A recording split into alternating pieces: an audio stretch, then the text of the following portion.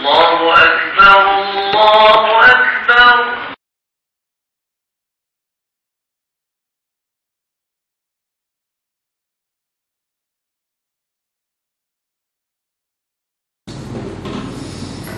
أعوذ بالله من الشيطان الرجيم. بسم الله الرحمن الرحيم.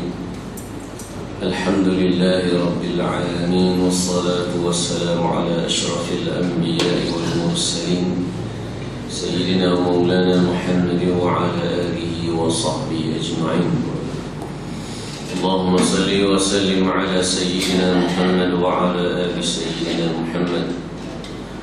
قال رب اشرح لي صدري ويسر لي أمري واحلل عقدة من لساني يفقهوا قولي. سبحانك لا علم لنا إلا ما علمتنا إنك أنت العليم الحكيم. لا حول ولا قوة إلا بالله العلي العظيم.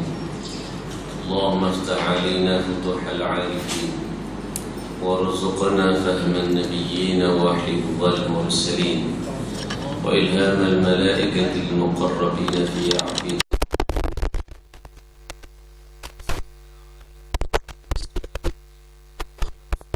نبينا محمد صلى الله عليه وسلم، وعلى ملة أبينا إبراهيم حنيفا وما كان من المشركين.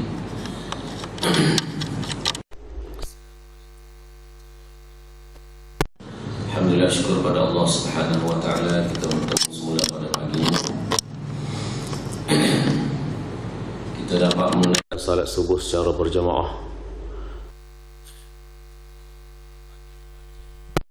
Pagi Jumaat, sunat untuk kita baca As-Sajdah.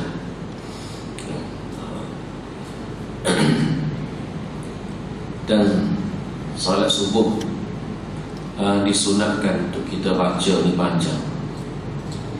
Sunat subuh disunatkan untuk baca panjang, kerana Allah Ta'ala sebut aqimis salata liduluki syamsi ila ghasaqil laili wa qur'an al-fajr. Tunaikan sembahyang pada siang hari ila ghasaqil laili, dan pada malam harinya, wa qur'an al-fajr. Ada ulama tafsir sebut wa qur'an al-fajri merujuk kepada salat subuh, iaitu bacaan pada salat subuh. Inna qur'an al-fajri kana mashhuda, kerana sesungguhnya Quran al-Fajr, Al-Quran pada waktu subuh itu, pada waktu fajar, kana mashhuda, menjadi saksi di hadapan Allah Subhanahu wa taala. Jadi kita tahanlah sedikit, tahan sedikit untuk kita salat subuh ni panjang, sekali seminggu je. Kali seminggu. Hadirin hadirat dirahmati Allah Subhanahu wa taala, kembali kepada asbabun nuzul pada surah Al-Maidah. Baru ni kita dah sebut pada ayat yang kedua tentang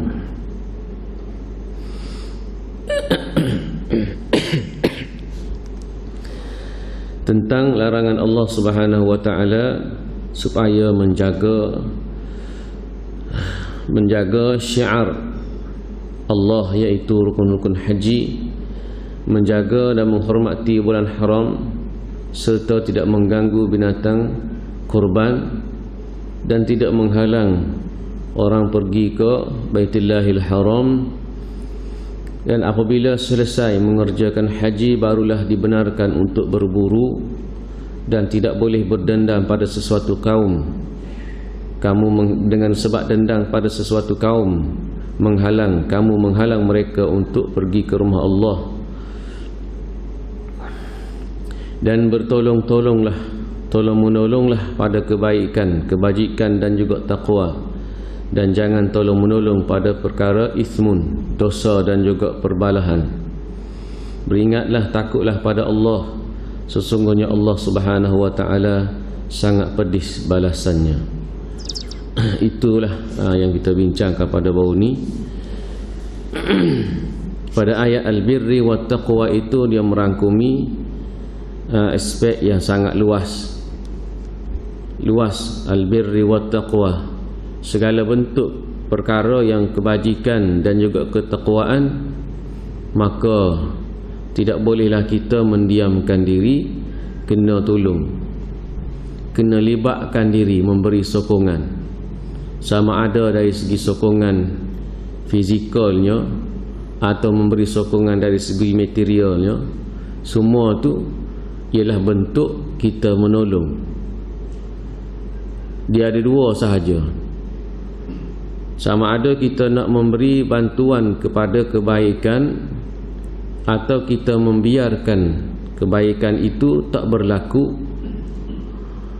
dengan maksud kita menolong, kita membiarkan perkara ismun, dosa dan juga perbalahan itu terus berlaku. Dua ni, kalau kita tak tolong pada perkara ma'ruf, kepada perkara taqwa, maka sudah tentu kita melemahkan, menjadi orang yang melemahkan kerja-kerja amal ma'ruf. Kerana bila libat orang ramai, makin ramai orang terlibat dengan kerja amal ma'ruf, maka kerja amal ma'ruf itu makin kuat. Begitu juga dengan kerja-kerja ke arah kemungkaran dan juga perkara-perkara yang melibatkan perbalahan dan pergaduhan. Kalau kita biarkan, maka kita dikira mengiyakan. Kita dikira sebagai orang yang membenarkan. Sebab itu perkara mungkar perlu dicegah.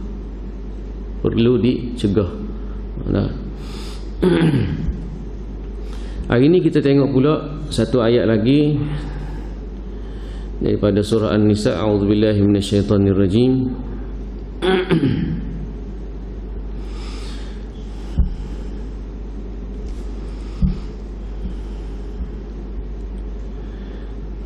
Bismillahirrahmanirrahim.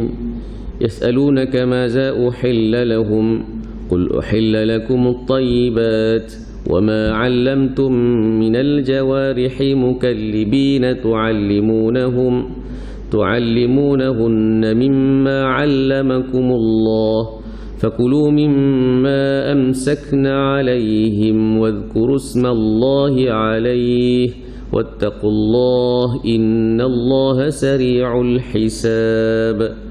An-Nisa Al-Maidah ayat yang keempat. Yas'alunaka madza uhilla lahum, dan mereka itu bertanyakan kepada engkau wahai Muhammad, madza uhilla lahum, apakah yang halal bagi mereka. Qul, katakanlah wahai Muhammad, uhilla lakumut thayyibat, dihalalkan kepada kamu perkara-perkara yang baik. Wa ma 'allamtum minal jawarih mukallibin, dan daripada apa yang kamu ajarkan daripada binatang-binatang yang kamu latih. Mukallibin, tu'allimunahum, yang kamu ajarkan mereka. Mimma 'allamakumullah, yang mana Allah Subhanahu wa ta'ala lah yang mengajarkan kamu. Fakulu mimma amsakna 'alaihim, dan makanlah daripada apa yang ditangkap olehnya. Boleh makan apa yang ditangkap oleh binatang tadi. Wadhkuru ismallahi 'alaihi, dan sebutlah nama Allah ketika mana kamu melepaskan binatang yang kamu ajar, kamu latih untuk menangkap tadi.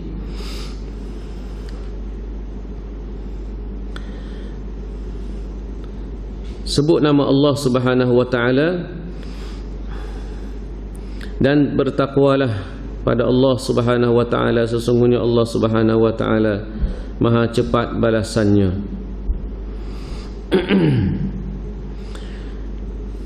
Para sahabat bertanya Nabi SAW. Di antara perkara yang halal pada ayat yang sebelum ini, Allah Subhanahu wa taala telah menyatakan perkara yang haram dimakan, binatang-binatang yang haram dimakan, termasuklah bangkai, binatang yang bertaring, binatang yang terbunuh kerana berbalah sesama sendiri. Binatang yang disembelih tanpa menyebut nama Allah. Binatang yang sembelih tak sebut nama Allah.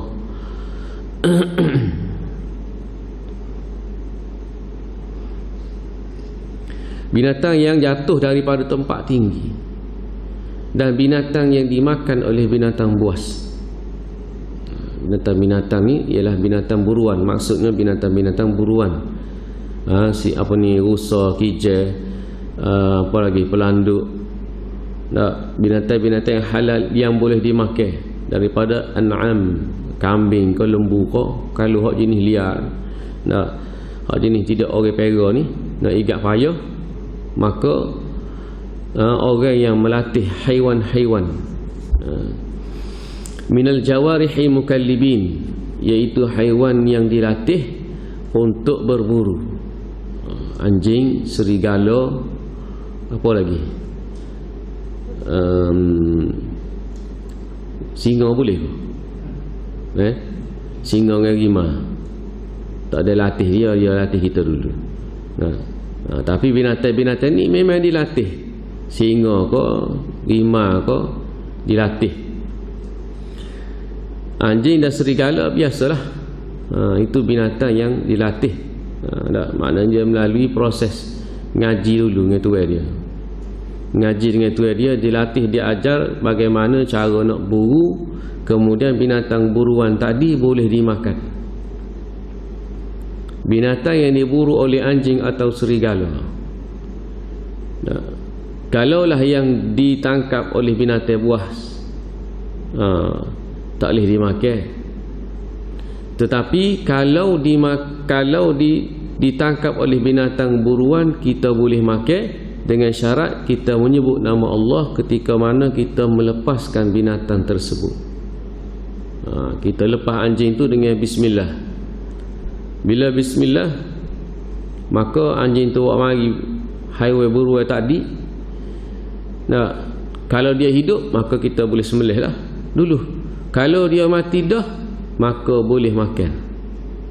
Boleh makan, dia tak jadi bangkai. Supaya kita buru lah. Kita buru sendiri, kita tembok tu, kita baca bismillah dah, tak apa dah lah. Walaupun kita tak sembelih.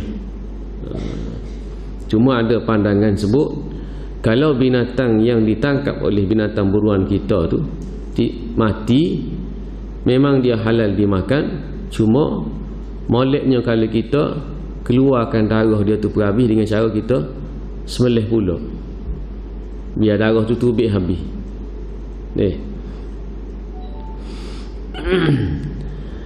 Kerana Allah Subhanahu wa ta'ala lah yang mengajarkan ilmu bagaimana kita nak ajar binatang itu untuk berburu. Hebat lagu mana dia latih binatang itu. Sebenarnya kehebatan dia tu adalah bukan kehebatan dia, kerana ilmu tu adalah daripada Allah Ta'ala. Orang boleh latih anjing, boleh cari anjing pengesan. Nak kesai orang ni, boleh kesai siapa ke mana-mana, boleh cari. Kita kata hebat tu dia latih, hebat cikgu dia latih. Tapi sebenarnya kehebatan itu adalah milik Allah Ta'ala, kerana otak manusia ni Allah Ta'ala yang buat. Allah Ta'ala yang buat, Allah Ta'ala yang beri akal, dan manusia boleh mikir kerana Allah Ta'ala buat. Maka sebenarnya Allah Ta'ala lah yang mengajarkan kepada manusia lagu mana cara nak latih binatang. Kalau di Kelantan ni, di Soho dia ada sekolah beruk. Sekolah beruk. Jadi orang nak suruh beruk dia naiknya, pandai naiknya, pandai pulahnya, dia kena atas sekolah. Jadi cikgu beruk ni dia latih beruk-beruk itu. latih buruk-buruk ni cara nak pulah nyu. Dia ada lah royak lagu tu, royak lagu ni. Kalau tak kena dia nyupoh, dia marah pun tak apalah, munggo dia tu beruk dah. Nyupoh natai beruk pun munggo dia beruk dah. Ni. Tak tahannya cikgu sekolah ni nyupoh kau anak murid. Nyupoh kau pelajar dengan sebut binatang juga, tu tak kena. Atau seorang ayah supoh anak dia dengan sebut binatang. Tidak boleh. Apalagi ibu bapa, kerana ia tu kata-kata daripada ibu bapa ni merupakan doa. Boleh jadi doa. Takut-takut waktu kita supoh tadi, malaikat kata amin. Habislah. Dah. Sebab tu kita kena jaga. Nak marah lagu mana jangan nyupoh. Pak kita ni tak apa lagi. Kalau tempat Arab, dia marah anak dia tu, biasalah kalau dia nyupoh dengan kalbun. Ya benar kalb, dia marah anak dia. Anak anjing. Yahmar, keledai. Kita kena jaga. Dan jangan kita biarkan pula anak-anak ke cucu kita ni saing siapa? Orang yang berfikir cek lagu tu. Berfikir cek lagu tu. Saing dia tu boleh kecek lagu tu, elokkan. Lari dia jangan ikut. Tapi kalau dia saing, dia akan terikut dengan saing. Elokkan daripada kalau ada jenis saing berfikir cek carut kuat ngarut. Boleh jadi di kalangan kita tu kalau dia kecek lagu tu, dia panggil bahasa paling rapat. Orang paling rapat dengan dia bahasa tu. Kecek dengan telefon tu, dia kecek lagu mana? Hello, Nathan duduk mana ni? Ya Nathan duduk mana? Aku tunggu lama dah, bengong, dia kata.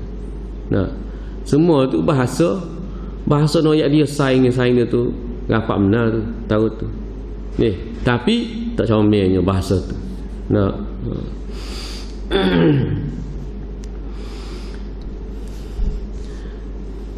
Maka binatang-binatang yang diburu oleh binatang buruan yang dilatih, dia boleh dimakan.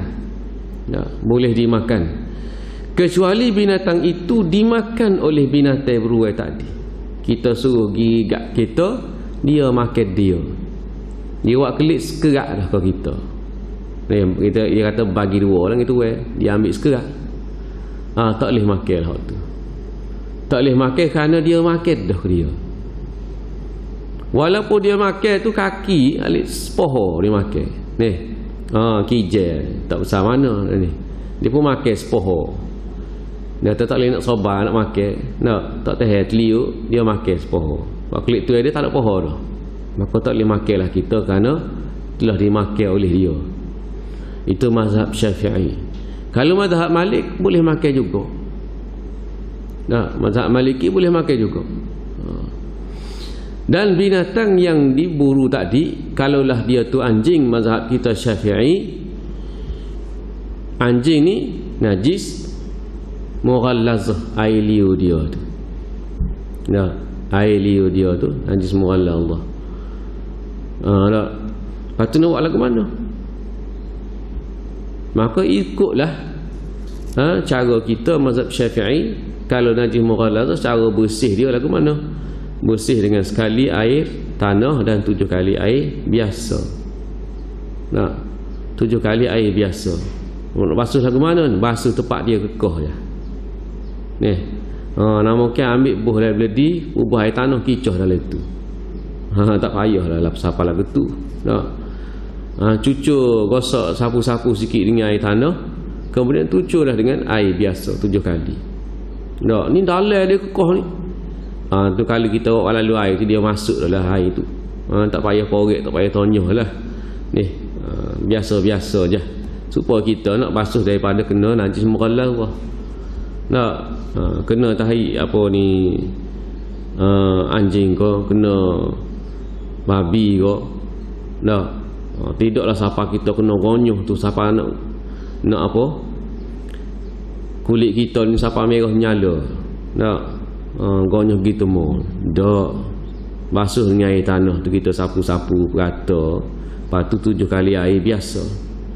Tak, 7 kali air biasa tu bukan sekali tu sebeledi. Ni tak. Najib Mughal Lazah lah. Geng-geng tangan tu tak boleh sentuh dengan orang lain. Lepas tu ambil air basuh dengan air tanah sebeledi dah. Lepas 7 kali air tu 7 beledi. Bukan lagu tu. Buat lalu sekali kata, 2 kali kata, 3 kali kata. Sampai 7 kali tak okey dah lah.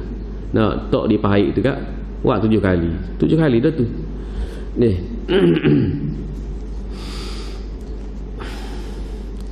Asbabun nuzul daripada ayat ini.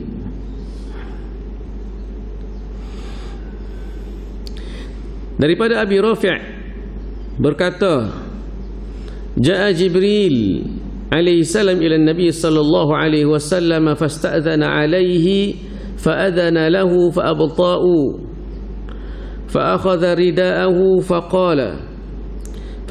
فأخذ رداءه فخرج إليه وهو قائم بالباب فقال قد آذن لك قال أجل ولكننا لا ندخل بيننا فيه صورة ولا كلب فنظروا فإذا في بعض بيوتهم جروا فأمر أبا رافع لا تدعوا كلبا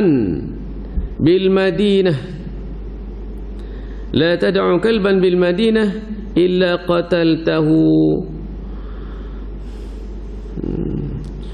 Telah datang daripada Abi Rafi' menyatakan telah datang Jibril kepada Nabi SAW, mari rumah Nabi. Fasta'dhana alaihi, lalu Jibril minta izin nak masuk. Ini khususiat untuk Nabi. Walaupun malaikat tu Israel, ketika Nabi nak dalam keadaan nazak, saat Nabi nak mati ni, nak wafat ni, Israel mari ketuk pintu bagi salam. Dah. Minta izin nak masuk. Deh. Tu ketika Nabi sakit. Mari tu minta izin dulu. Kata Nabi SAW kepada Fatimah, ya Fatimah, aku sakit dah ni, dalam keadaan uzur benar dah ni. Aku tak sejumpa siapa-siapa. Tak sejumpa dengan siapa-siapa. Lepas pada tu, mari orang ketuk pintu, Fatimah buka tengok diri bulu roma Fatimah. Seorang lelaki yang berjubah putih mari minta izin nak masuk. Lalu Fatimah tutup pintu, pergi ayat ke Nabi SAW. Dia kata, ya Rasulullah, ada seorang lelaki yang aku tengok tu, gerung lah, diri bulu roma lah, tengok dia. Siapakah ya Rasulullah? Kita tanya orang dalam.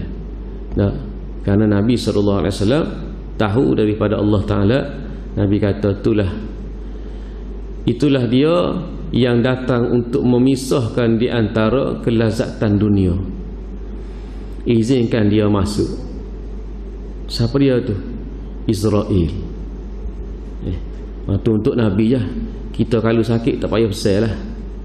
Tak payah pesan kau rumah kata, kalau orang mari tengok jubah putih tu, tanya dulu dia. Tengok-tengoklah, takut dia tu Jibril kau.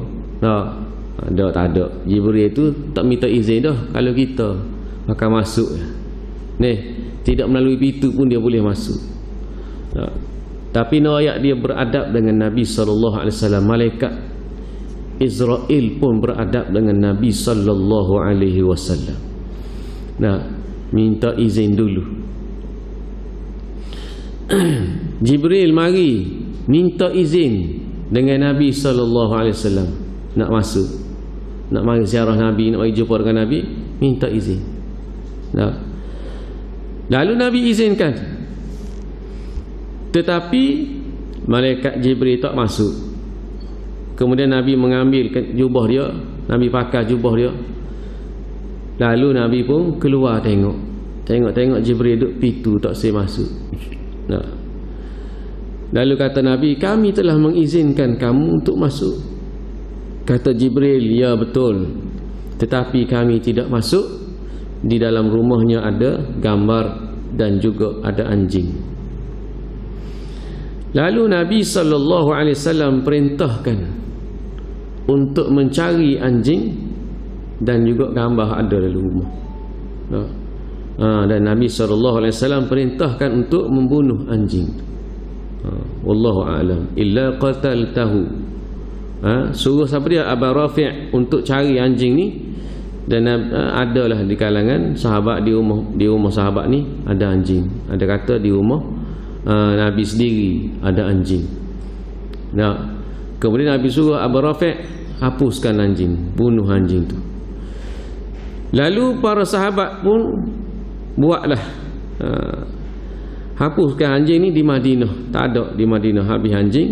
Lalu mereka pun marilah manusia mari jumpa dengan Nabi. Lalu mereka berkata, ya Rasulullah, kami telah buat apa yang kamu telah perintahkan kepada kami. Sekarang ni apa lagi yang tinggal yang halal bagi kami?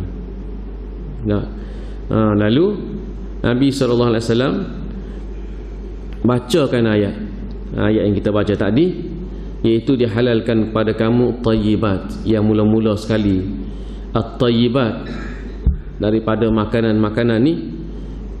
Bagi orang mukmin, orang muslim, dia kena mengutamakan makanan yang tayyibat, iaitu yang baik, yang bagus, yang berkhasiat.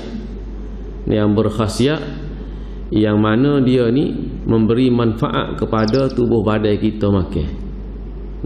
Sebab tu makanan tadi halalan tayyibah. Allah Taala sebut ya ayyuhan nasu kulu mimma fil ardi halalan tayyibah. Makanlah daripada hasil bumi ini yang halal, yang tayyib. Bukan kita nak cari hak halal saja. Tak, hak logo halal ni macam-macam makanan tu ada logo halal belakang. Semua makanan ada logo halal. Tak. Tapi yang tayyibah, yang tayyibnya tu kena periksa pula pemproses dia, sumber makanan mentah dia tu mari daripada mana. Tak. Siapa pula yang mengolahkan makanan tadi. Semua tu dia merujuk kepada tayyibat. Tak. Makanan segera tayyibat atau tidak tayyibat.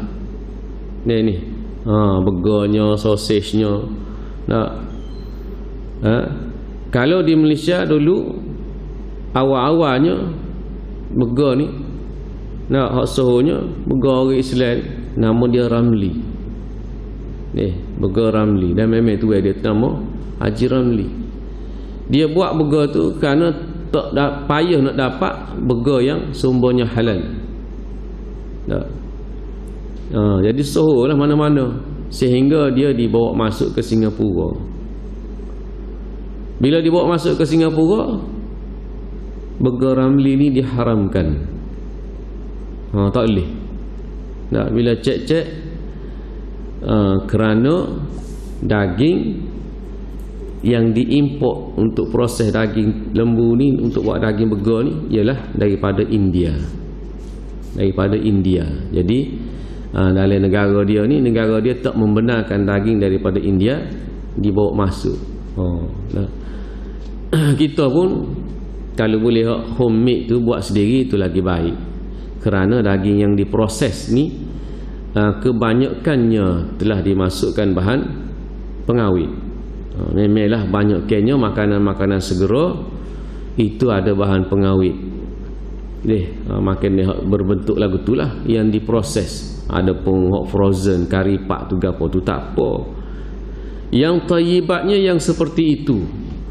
Cara pemprosesan dia. Kadang-kadang makanan itu sama jenis. Sama, cuma pemprosesan dia tu tak serupa. Tak, kita mungkin kita buat sosis gapo ni daripada sumber yang halal. Ini sebab tu dia dapat cop halal tu daripada JAKIM tu, kerana JAKIM pergi periksa dulu. Nak pergi periksa dulu makanan barang-barang ni, kilang dia, tempat proses dia ni kena lulus. Ni ada buat apa tu? Fucuk. Orang bubuh dalam sayur tu. Tempat proses dia tu kotor. Mesin dia tu tak pernah basuh. Nak berkulak ramak. Lepas tu bila dia proses makanan dia tu, fucuk tadi diproses jatuh atas seni, belaka-leka gitu atas latar. Lepas tu dia ambil kerak-kerak bawah plastik packing. Tak bersih. Nak apa lagi? Hak makanan kita anggap dia tu halal dan biasa. Ikan kering. Nak jemur ikan kering ni, tapi tempat jemur ikan kering tu anjing duk bunga. Duk berambak ramai-ramai. Nak kadang-kadang dia siung ikan kering tu. Ni, kita kena tahu juga mari daripada mana ikan kering ni. Nak siapa dia proses, payah belaka lah tu. Ni, mau kita anggap kita beli tu, kita anggap kita boleh percaya ni orang kita buat, orang Islam buat.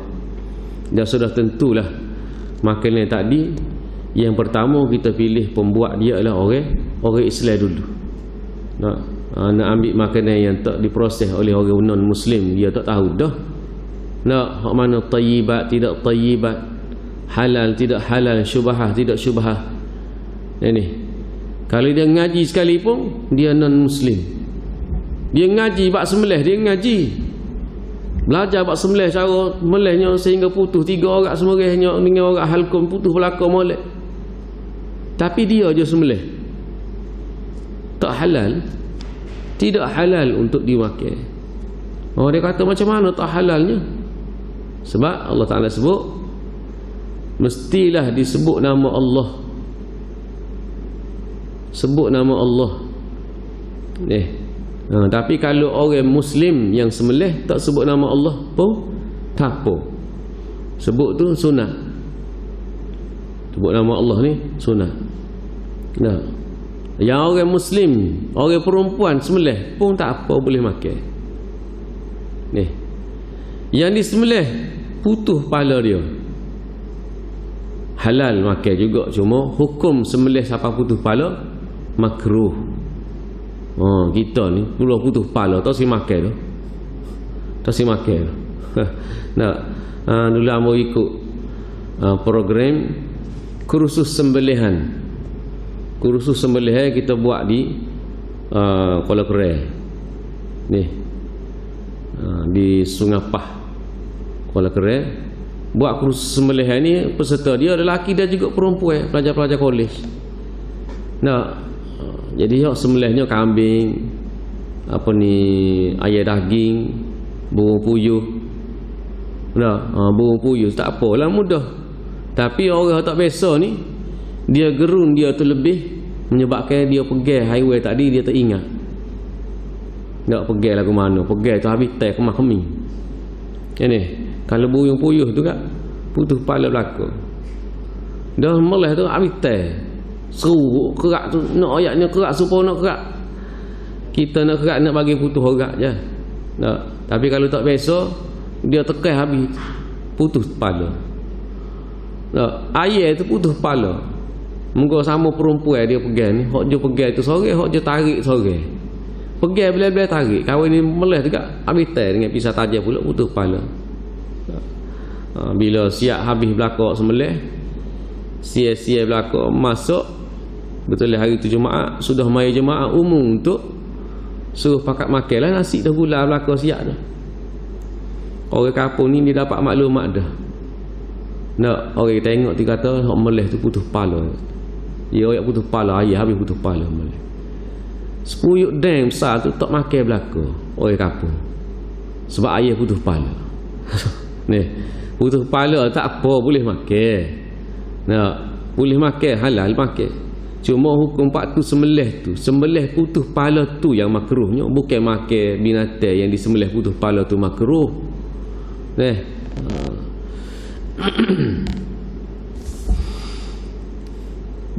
Makanan yang thayyibat selain daripada halal daripada halal, dia juga cara pembuatan dia juga ialah cara pembuatan yang baik. Sehingga ulama bicara nak suruh makanan yang thayyibat ni, tempat letak makanan tu pun diambil kira juga. Tempat letak lah ke mana?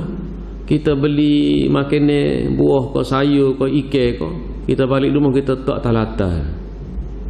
Ni tak bucu dapur, tak tepi bilik air.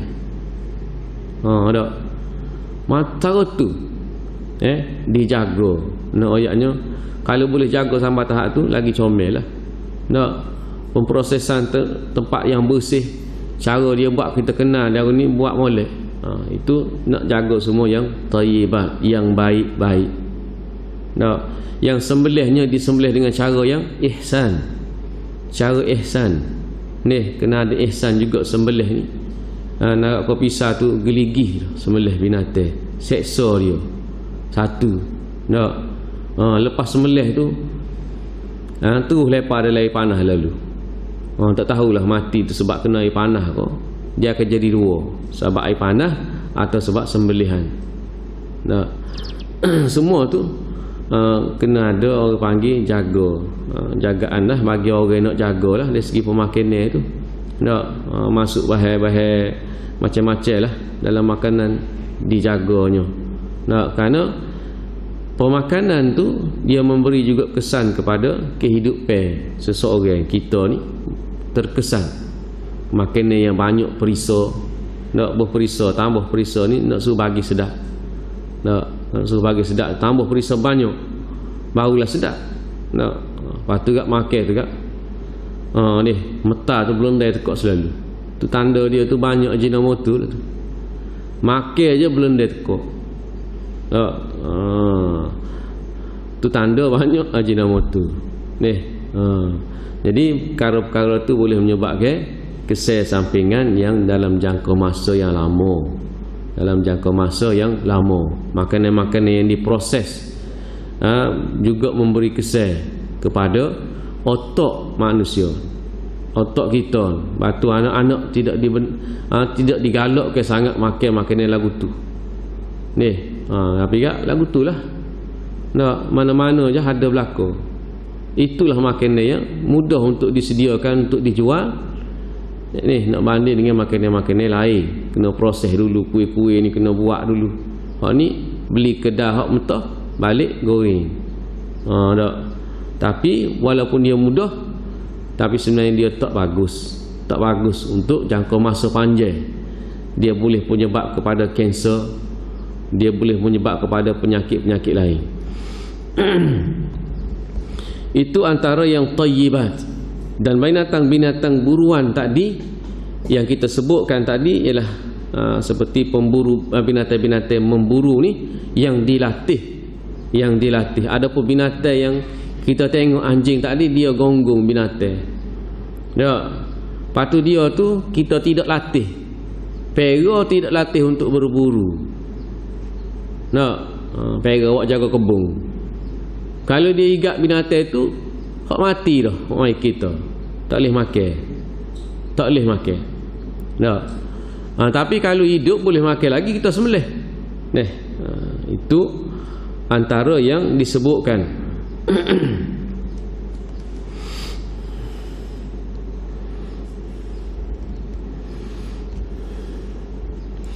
Dan daripada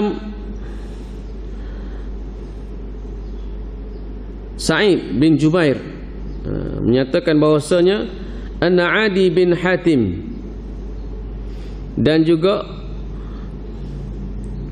Zaid bin Sahalhal sa'ala Rasulullah sallallahu alaihi wasallam. Dua orang sahabat ni bertanya Nabi sallallahu alaihi wasallam, nusayyid, kami ni berburu binatang dengan binatang buruan. Kami ni mari buru binatang buruan, dan banyak binatang buruan kami ada yang cerdik-cerdik. Dia kata ada yang cerdik-cerdik. Lalu bolehkah kami makan? Kerana telah ada ayat yang memerintahkan supaya tidak memakan makanan yang maitah, yang menjadi bangkai, iaitu bangkai binatang yang tidak disembelih, maka dia jadi bangkai. Jadi bagaimanakah ya Rasulullah kami nak makan? Sebab binatang tadi yang awak mari pada kami ada yang dah mati, kebiasaannya banyak dah mati. Lalu Nabi bacakan ayat ini, wa ma 'allamtum minal jawarihi mukallibin tu'allimunahunna mimma 'allamakumullah. Apa yang kamu latih binatang tadi untuk berburu, maka kamu boleh makan daripada apa yang dia buru tadi. Walaupun mati dulu, tak ada kita sembelih, kita boleh makan dah. Sebab Allah Ta'ala sebut dah, kita sebut nama Allah Ta'ala ketika mana kita melepaskan binatang buruan kita tu. Tapi orang kita ni tak buru dengan binatang, nak beli kedai belakang dah ni. Beli kedai belakang. Nak barang tu, barang ada siap dah. Tapi ada juga di kalangan kita ni, dia suka pergi buru. Ni. Pergi buru. Ada juga pesen dia buru, dia tak ambil.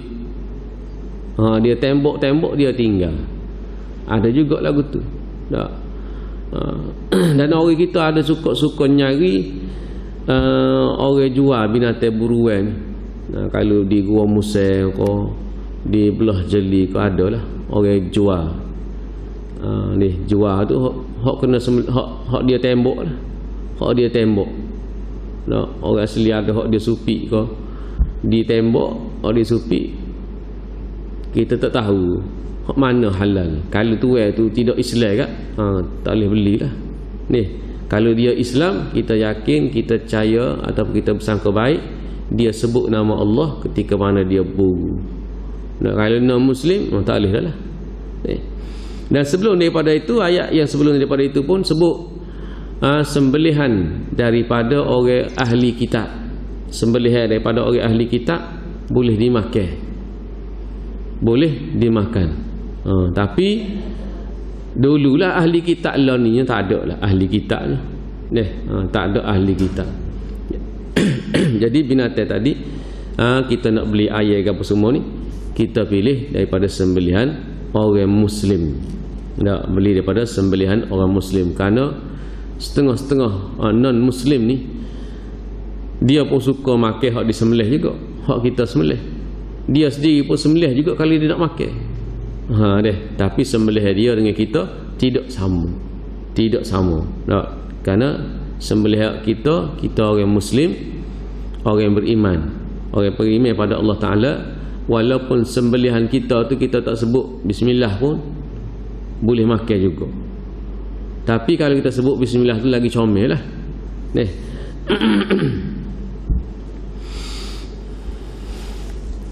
Itu adalah sebahagian daripada asbab nuzul daripada ayat ini, yang menceritakan tentang perkara yang halal untuk dimakan daripada binatang buruan. Wallahu ta'ala alam. Sekadar itulah dulu untuk pagi ini, yang baik daripada Allah Subhanahu wa ta'ala, yang kurang dalam waktu pada dia mesti. Aqulu qawli hadza astaghfirullah li wa lakum. Assalamualaikum warahmatullahi ta'ala wabarakatuh. Bismillahirrahmanirrahim. Alhamdulillahi rabbil alamin, wassalatu wassalamu ala asyrafil anbiya'i wal mursalin wa ala alihi wa sahbihi ajma'in. Allahumma arina al-haqqa haqqa warzuqna ittiba'ah, wa arina al-batila batilan warzuqna ijtinabah, waj'alna min alladhina yastami'una al-qawla fayattabi'una ahsanah. Wa sallallahu ala nabiyyina Muhammad wa ala alihi wa sahbihi ajma'in, walhamdulillahi rabbil alamin.